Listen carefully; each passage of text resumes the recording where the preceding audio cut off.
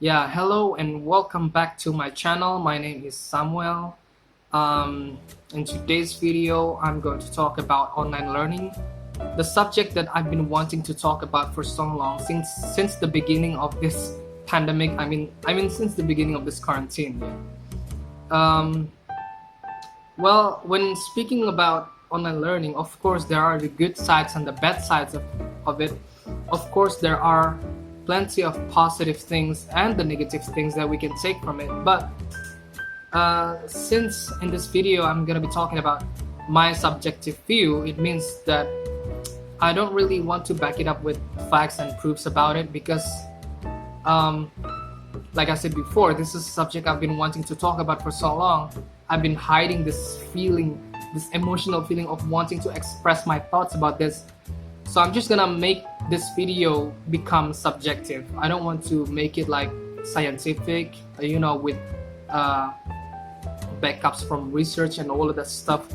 And I've actually jotted down some of the points that I want to talk about here. As you can see, yeah, it's really unclear, similar to a chicken scratch. Yeah. Because I'm not really good at writing. My writing is pretty bad. So yeah, it's just, as we all know, online learning can bring both good and harm to the learning process. But well, my focus today will be on the negative sides of it because, like I said to you before, I have experienced a lot more on the negative side, on the negative impact of it rather than the positive ones. I think if we want to elaborate, we want to focus on the positive things. There are not many things that are positive about online learning. There are few, such as like you have flexibility in doing your assignment. Like you don't have to go anywhere to do your assignments. Like you can just stay at home and doing many other activities that you like to do. Perhaps you can do assignments while playing games, or you can do assignments while going to some places like cafes. But yeah, thinking about it, like the pandemic is still going on, so I don't really recommend you guys to do that. The point is, learning becomes flexible in this matter. I'm just saying that online learning gives us flexibility in terms of doing our assignments and doing our school works, because we can do it anywhere and we can do it whenever we want to. But that is the only positive thing about it, at least the only positive thing that I could think of right now. Now we're focusing on the harms of online learning, which is completely based off my personal view of it. Well, the first point that I would like to elaborate is the student's comprehension and understanding. So, what do I mean by the student's comprehension and understanding? So, this online learning thing hasn't been really effective in my opinion. Why? Because there are many teachers, many lecturers who hasn't been really adapted to this online learning method. They haven't been really settled down on how to start a class, how to start an online class properly, how to use online platforms accordingly and properly. Therefore, they will experience a lot of issues during this learning session. And the other thing about online learning that I have experienced so far is that when you explain things as a teacher, when you explain things, when you try to explain the materials through a virtual learning thing, like you just explain it through Zoom meetings, for example, students will experience problems such as the noises. Perhaps there's some noises that goes like zzz or something like that. Perhaps that's the connection problem. So we will face new problems like connection, like internet connection or the signal, because some of the students actually experience the loss of signal during online classes. But just like my first point, the main problem is the student's comprehension. Explaining materials via online platforms such as Zoom or Google Meet, or you can name it, it's just not effective. Um, I believe that students need more interaction with the teacher to be able to actually understand the materials. Therefore, if the teachers only explain through platforms, online platforms like Zoom, Google Meet, or they just share the materials through PDFs or PowerPoint slides, that's just not effective. Like students will have questions, students will have questions. But like I said before, if you're using Zoom, the time is limited. If you want to go unlimited, you have to buy the premium one, which is not really expensive, I would say, but yeah, most teachers don't have it. So that's the first point.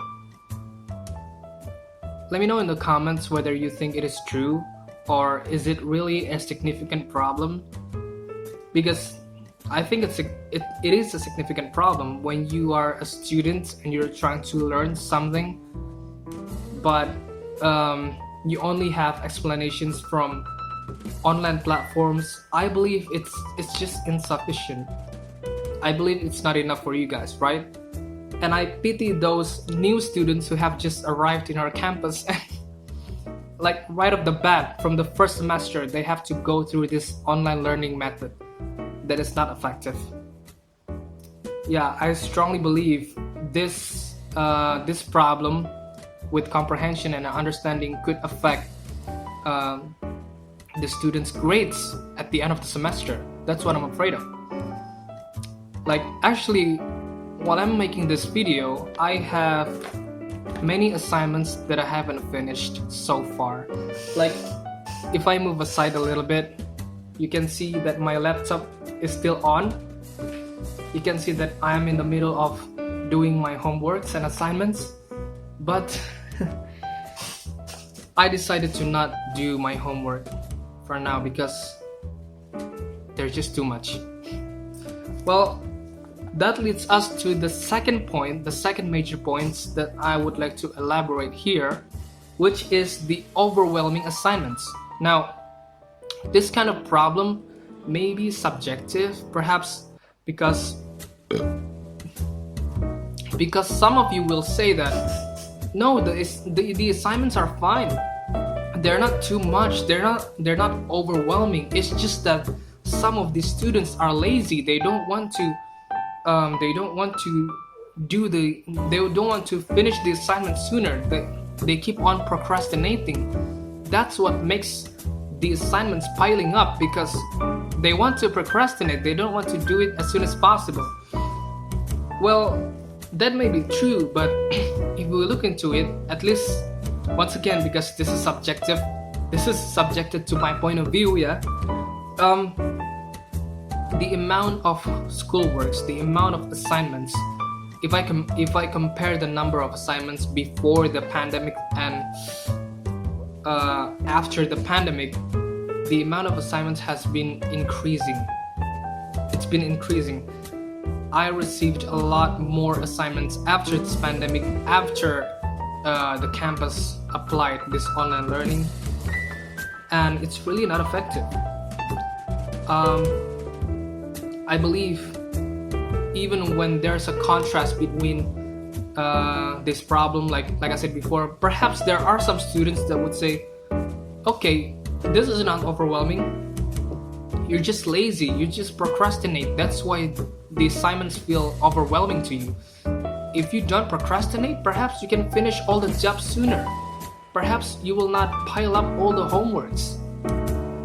Like I know there are different opinions in that term, but I'm just saying this kind of problem, I think most of the students experience this overwhelming assignment. So only just a little bit of the students who actually have no problems with assignments.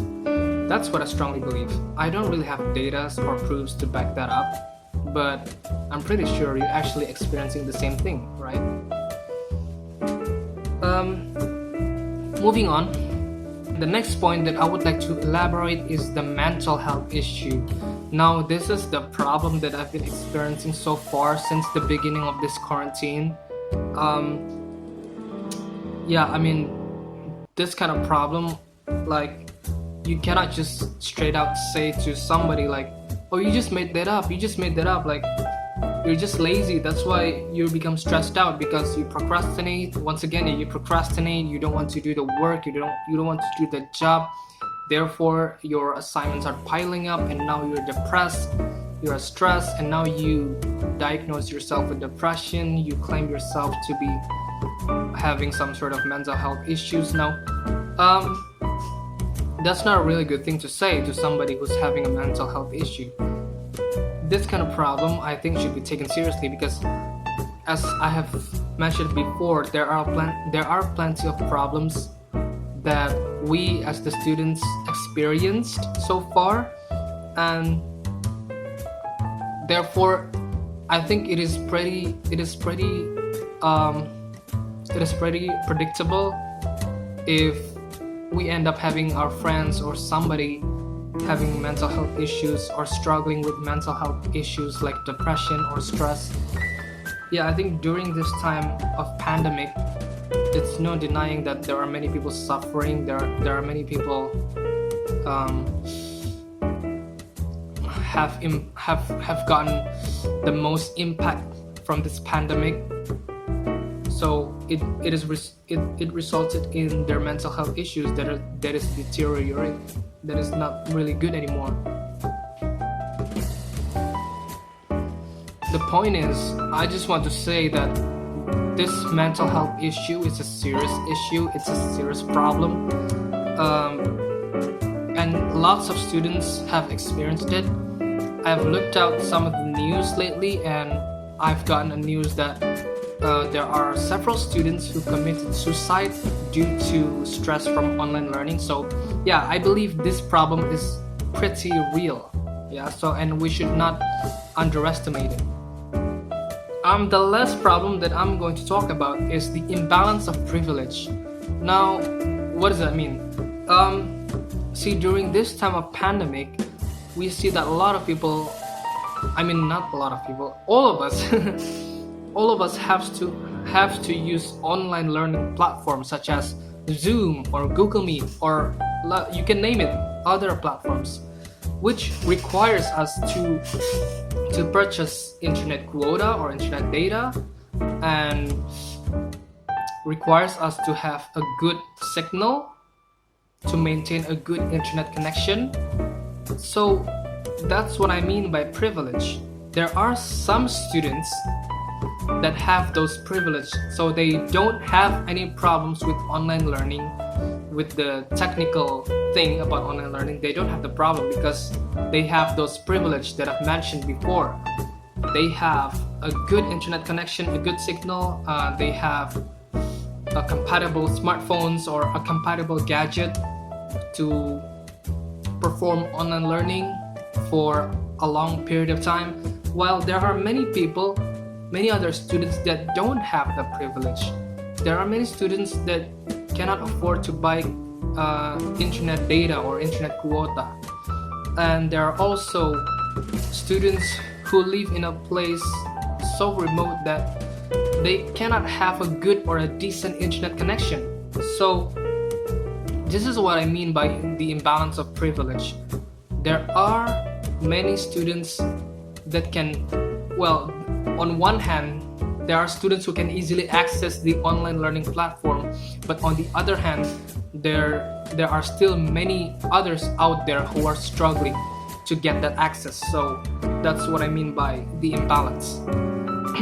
But yeah, so those are the points, those are the harms that I have elaborated.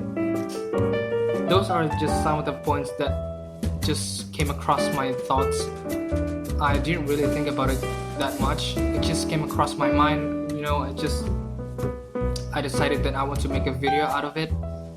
But I won't make a video without a solution. So yeah, I do have a solution about this, how to cope with these problems. Well, first of all is that students and teachers, I meant teachers. The first is that teachers must create an oral discussion forum So it is important for teachers and students to have a discussion together about this online learning thing. Yeah, we, the students, need to have conversation with you, the teachers or the lecturers, because I'm also a teacher. So I do know the importance of having discussion with your students. See, this discussion will talk about what is the best way, what is the best solution for this online learning to work for all of us.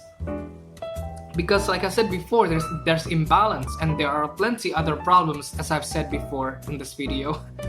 So we need to have discussion between teachers and students. Yeah, we need to discuss together about the best way to help this online learning so that everybody can have online learning without any problems. Second one is sharing. I believe that we need to have sharing session. Again, the teachers and students, I believe either the teacher or the students need to be open up. I would say the teacher needs to open up to their students. Like, at least you guys can ask like a simple question such as how are you guys doing. It is important to check on someone's every once in a while because we don't know what they've been gone through. Like I said before, mental health issues cannot be taken lightly. So I believe it will be very useful, yeah, for the teachers if they want to open up to their students. Maybe just have some sharing session. You know, we're humans. We don't always need to be formal all the time. See, that's what making us separated, because we cannot talk to you guys in the manner that we talk to our friends. So I think for teachers, the teachers can try to open up a little bit to their students. And the third point is there needs to be a financial help from the campus. Now, I don't know if this is valid or not. I don't know if every campus can make this happen, but I'm pretty sure there are a lot of students that requires financial help from the campus. So I strongly believe the campus needs to help their students if you guys want to develop education furthermore, because I don't know what else to say. There's a clear imbalance of privilege, like I said before. So if you guys really want to improve our education, really want to make our people a lot smarter, how do you say it? Smarter. Yeah, if you guys want to improve our education, you should give financial help to those students who can't afford this online learning thing. The final point of my solution is that we have to have tolerance. It is important for us to be able to tolerate one another, because we all know during this time of pandemic, there are a lot of people struggling. People struggle with different kinds of problems.